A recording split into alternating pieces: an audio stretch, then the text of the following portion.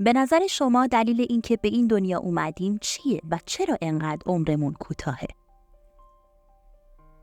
فرض کنید که قراره 80 سال زندگی کنیم، عمری طولانی که میشه در اون به توفیق‌های زیادی رسید. 80 سال زمان زیادیه، نه؟ 7 سال اول زندگی چیزی از زندگی نمیفهمیم و شاید 3 سال آخر رو درگیر بیماری باشیم. بچه‌ها در هر سال تقریباً 900 ساعت در مدرسه حضور دارند. بنابراین در طول 7 سال آموزش ابتدایی در مجموع حدود 6300 ساعت یا تقریباً 7 سال کامل رو در مدرسه خواهند گذروند. در کنار 6300 ساعت حضور در مدرسه، بچه‌ها معمولاً در هر سال حدود 10 الی 15 ساعت در هفته رو برای انجام تکالیف و مطالعه در خانه صرف می‌کنند. یعنی در مجموع تقریباً 3000 الی 4500 ساعت طی 7 سال رو در خانه به درس خوندن اختصاص میدن. در مجموع بچه‌ها تقریباً 10 سال از 7 سال کودکی خودشون رو به آموزش در مدرسه و در خانه اختصاص میدن. از 70 سال باقی مانده 1/3 رو در خواب هستیم. میمونه فقط 46 سال که هنوز هم زمان زیادیه. کافیه روزی 2 ساعت در ترافیک باشیم. در تمام عمر میشه 6 سال. اگه احساس کنیم کار کردن بخشی از زندگی نیست که برای بیشتر مردم اینطور است، تنها 17 سال از زندگی برای خودمون میمونه.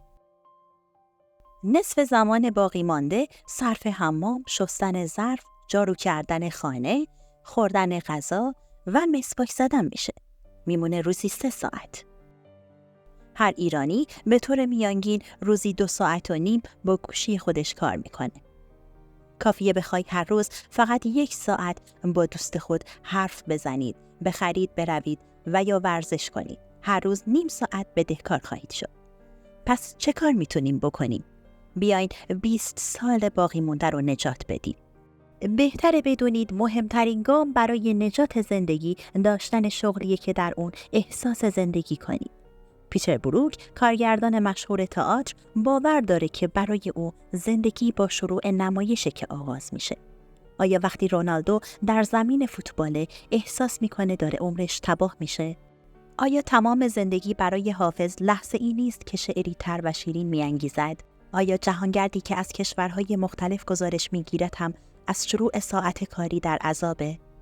بسیاری از آدم‌ها به دنیا می‌آیند، بزرگ می‌شوند، ازدواج می‌کنند، صاحب نوه و نتیجه می‌شوند و یک روز هم می‌میرند. اما فهمیدن اینکه چه کاری با زندگی بکنیم از آن سوالات بزرگ و سخته. فرمول خاصی هم برای آن نیست که بتونیم نسخه ای مطمئن بپیچیم، اما ایده ها و راهکارهایی برای آن وجود داره. برای زنده بودن لازم نیست حتما فوتبالیست، بازیگر یا جهانگرد باشید. از خود سوال کنید که اگر هیچ شغلی وجود نداشت، روزتون رو چطوری میگذروندید؟ بدون حقوق کدوم شغل رو حاضر بودید انجام بدید؟ دوستان عزیز، این ویدیو رو لایک کنید تا راه‌های بهتر زندگی کردن رو براتون بگم. میتونید از فناوری استفاده کنید. شاید این جمله در نگاه اول احمقانه به نظر برسه، اما بیشتر مردم از فناوری استفاده نمی کنند، بلکه فناوری داره از اونها استفاده میکنه. اما چطوری؟ وقتی شما در اینستاگرام مطلب میگذارید، بدون دستمزد برای شرکت فیسبوک محتوا تولید میکنید. اگر تولید محتوای شما یک همزیستی باشد، یعنی اگر بیش از آنکه برای اونا کار کنید، از اونها برای کار خودتون استفاده کنید، استفاده از اینستاگرام و یوتیوب خیلی هم خوبه. اگر بتونید استفاده از گوشی رو مدیریت کنید و فقط روزی 1 ساعت وقت آزاد بسازید، تغییری عظیم در زندگی خود به وجود آوردید. همونطور که قبلا بهش اشاره کردم، آدما معمولاً روزی 2 ساعت در ترافیک هستند. برای برخی این عدد میتونه خیلی بزرگتر هم باشه. اما نمیخوام بگم این 2 ساعت رو با مطالعه و یادگیری زبان خارجی زنده کنید. میخوام بگم ارزش این 2 ساعت رو درک کنید. آن را زندگی کنید. موسیقی گوش بدید. به بیرون خیره شوید. از تماشای بازی بچه‌ها لذت ببرید و در رویا فرو برید. به تعبیر برتراند راسل، زمانهایی که از تلف کردن آنها لذت برده اید تلف نشده اند. می توانید از غذا پختن و حمام لذت ببرید. استحمام برای کسی که در وان دراز میکشه و به موسیقی ملایم گوش میده بخش مهمی از زندگیه. همه چیز رو به پول ربط ندهید. وقتی از وان و موسیقی صحبت میکنیم اولین فکر اینه که برای زنده بودن پول زیادی لازمه. اما اینکه سفر کنیم، از موسیقی کلاسیک و قهوه لذت ببریم یا آخر هفته ها سوارکاری کنیم فقط مخصوص پولدارها نیست.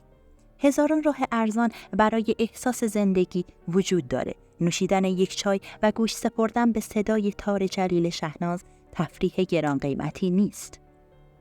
هر قدر هم که بی پول باشیم می توانیم 5 دقیقه به تماشای غروب بنشینیم و احساس زندگی کنیم. وقتی در ادبیات کلمه عمر رو جستجو می کنیم به نقل قول‌های جالبی برمیخوریم.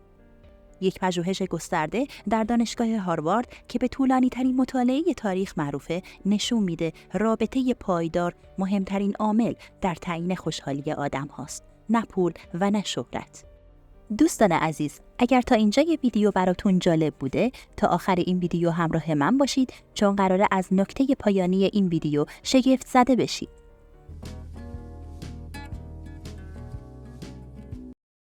می توانیم به سرعت شام بخوریم و برگردیم سراغ بدبختیامون. در حالی که میتونیم همون غذا رو به یک شام رمانتیک و رویایی تبدیل کنیم.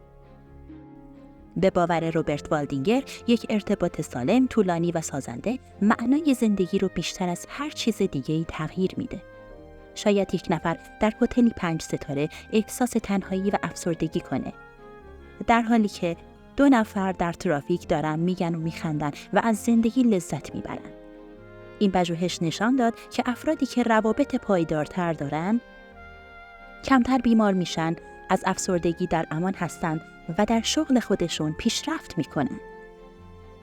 همین موضوع باعث آزاد شدن بخش زیادی از زندگی میشه که قرار بود در بیماری و افسردگی و نفرت از کار تباه بشه. زندگی ما انسان‌ها بسیار کوتاه و گذراست. نباید فقط به فکر موفقیت و ثروت باشیم، بلکه باید به دنبال لذت‌های کوچک و شیرین در زندگی باشیم، مثل لذت بردن از طبیعت، خندیدن با دوستان و تجربه کردن چیزهای جدید. دوستان عزیز، لطفاً نظراتتون رو راجع به این ویدیو برام کامنت کنید. ویدیوی بعدی رو اختصاص دادیم به زندان‌های افراد ثروتمند. اگر میخواید اون ویدیو رو هم ببینید، یادتون نره کانال ما رو سابسکرایب کنید.